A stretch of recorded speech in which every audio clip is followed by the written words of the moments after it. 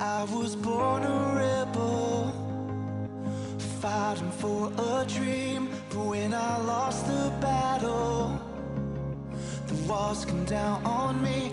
Then you stole my heart and released me with a cause. Because it was out of my rebellion, out of my rebellion, a slave to tyranny, began a revolution to bring me to my knees.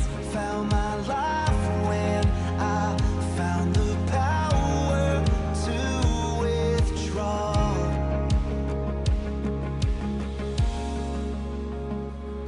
So I let go and I let God be my vision, my strength and song. Not my will, but yours be done.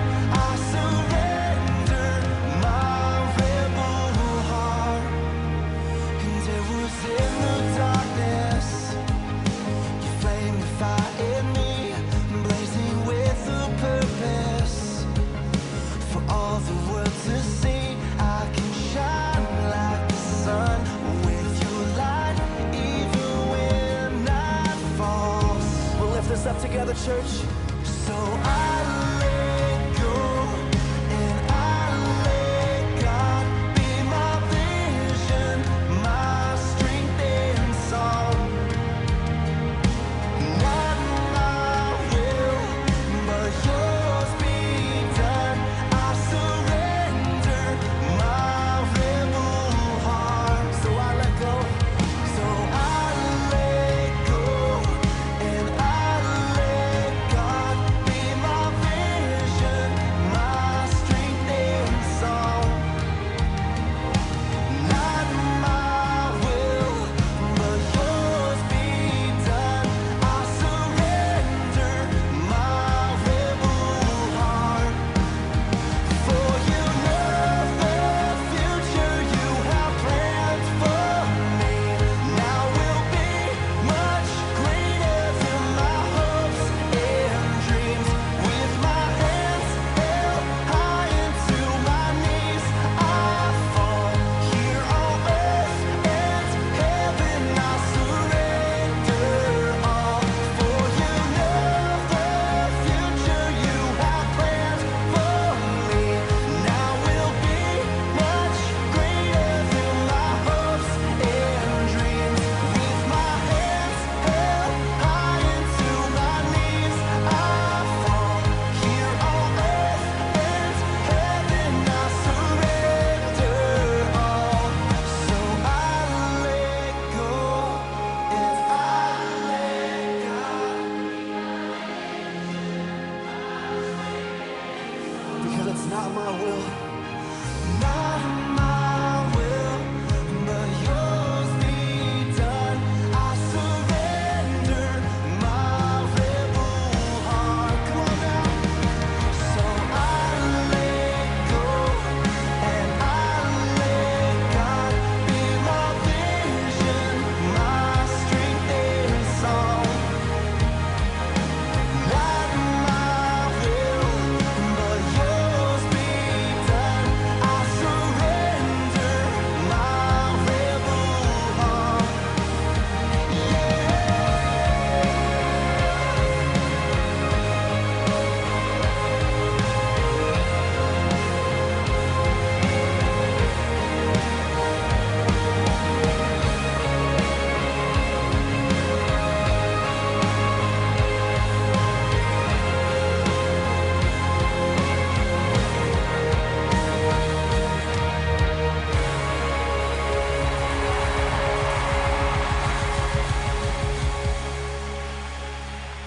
uncertainty and anxiety, it's a great time to consider getting into a group here at Central. It's a great time to consider getting into a men's group or a women's group or a couples group or a singles group, joining in. It's a great time to consider jumping in to celebrate recovery, getting around some other people, growing in your faith, because when in the midst of uncertainty, you can focus in on God's universal will to know Jesus in your life and anchor in on that as you move forward. There's some other things that we know about God's will, and that is, if you get a little closer to the bullseye, we know that Jesus says the greatest command is to love God, right here, and then to love others.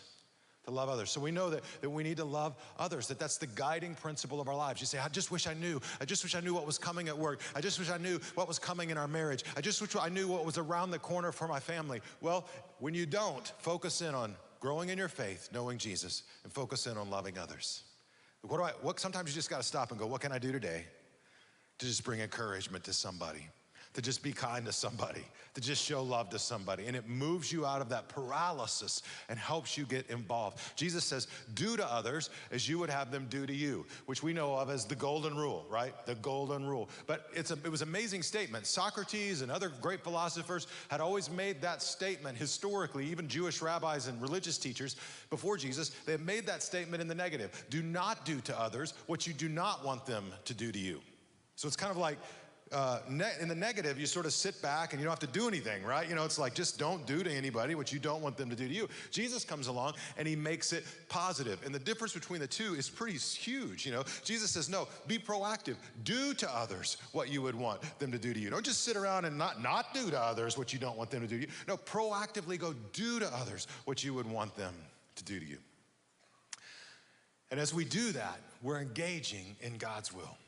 In fact, next weekend, I'm super excited because Dr. Bernice King is going to be here with me. She's going to be, I'm going to interview her throughout our weekend experiences, and we're going to be looking together at the issue of loving others and what that looks like. Dr. Bernice King is the youngest daughter of Martin Luther King Jr. She was 4 years old when her father was assassinated. You know, she grew up wrestling with a lot of different kinds of anger and loss in her life. By the time she was 17, she was speaking before the United Nations. I mean, you know, she's had a pretty remarkable life. She's the president of the King Center. And I'm so honored that she's going to come and talk with us. But one of the things we're going to talk about, the message that she cherishes, is that the key to racial reconciliation in our society, the key is in the church. We are the key. And if we don't do it in the church, we can't expect it to happen on the street corner. And we're going to talk, that was her father's philosophy. That's her philosophy. It's certainly my philosophy and belief that we have to go first in the church loving one another and saying, look, it doesn't matter the color of your skin or your background or how much money you have or don't have or how many degrees you have or don't have. There's something we can learn from everybody if we're willing to love one another and listen, if we're willing to lean in and be shaped in relationship with one another. It's amazing. Even some of the people that I may have categorized in one way or another in my life, in the most extreme sense, when I get to know them, almost every single time I like them. It's just amazing how when you love someone and lean in and listen and learn, all your perceptions go out the window, and now we're talking about people with faces and names and stories and histories, and you go, I love that person. So I can't wait for next weekend. I want to encourage you to be here. Bring a friend. Dr. King is going to share with us some great insight. And we're going to have a really honest conversation about how the church can go first in loving each other and modeling the way for our communities. So when you're wrestling with uncertainty, you know God's ultimate will is to love Jesus. You know His moral will is to love others. And then there still may be this kind of question mark in your life. You're like, okay, great. I got it. Know Jesus. Got that. Love others. Got that. But when am I going to get married?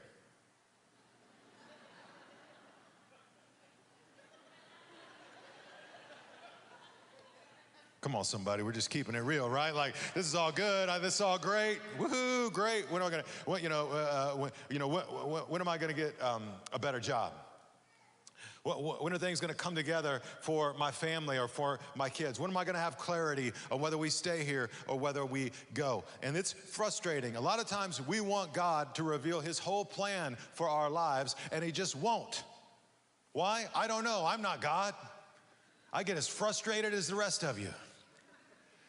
So what do I do in those moments? I say, okay, I'm gonna focus on what I do know. I need to trust Jesus and grow in my faith and love him in the meantime. I need to love others, and I need to take it one step at a time. God rarely reveals his whole plan. Instead, he says, look, do what I've already revealed, the 1, 2, and 3 that I've already revealed, and as you walk in faith, I'll reveal to you the 4, 5, and 6, one day at a time. And uncertainty, as stressful as it is actually the tool that God uses to force us to live in faith.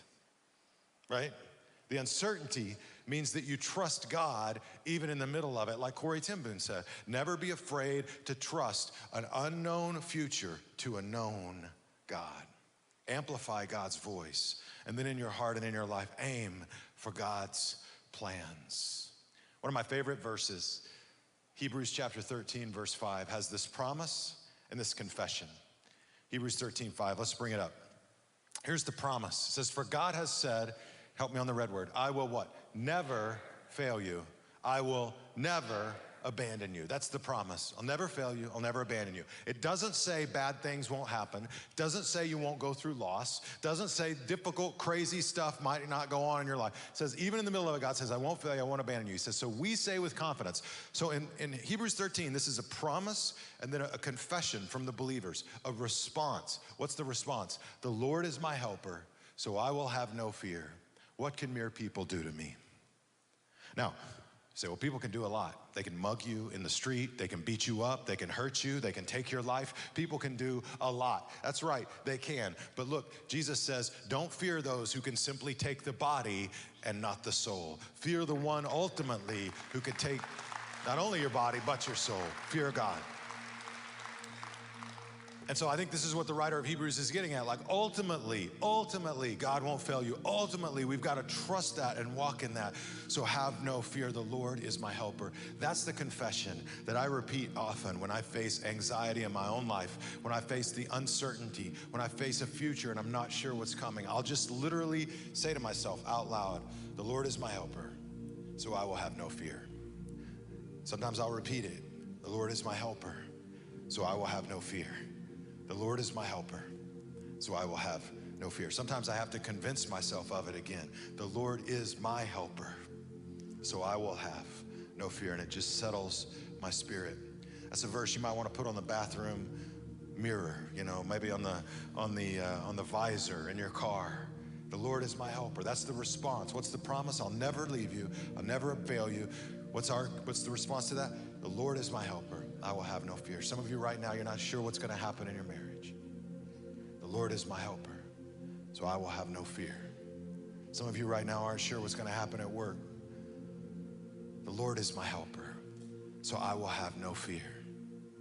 Some of you don't know what's going to happen to your kids.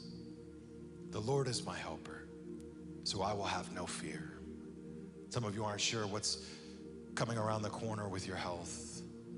The Lord is my helper, so I will have no fear. Some of you have a son or a daughter serving in our military, and I'm thankful for them, and you're worried, and you don't know, and you try not to be, but there's all kinds of cares because they're in harm's way, and will they make it home safe, and will they be okay? The Lord is my helper, so I will have no fear. Some of you have family, friends, husbands, wives who are first responders out there every day, putting their lives in dangerous situations, often so that people can be safe and protected. And in the middle of that, you got to remind yourself, the Lord is my helper, so I will have no fear. Friends, never be afraid to trust an unknown future to a known God. Never be afraid to trust an unknown future to a known God. And I think as you do, you'll find that God really is greater than your uncertainty. Maybe you're here today and maybe you've not really crossed that line of faith in your life. And friends, if you're at a place where God's been tugging on your heart, on your shoulder, if you just sense that he's moving in your life and calling you to respond to him, then I would love to give you an opportunity just to reach out to him and place your faith and your trust in him. So I want to ask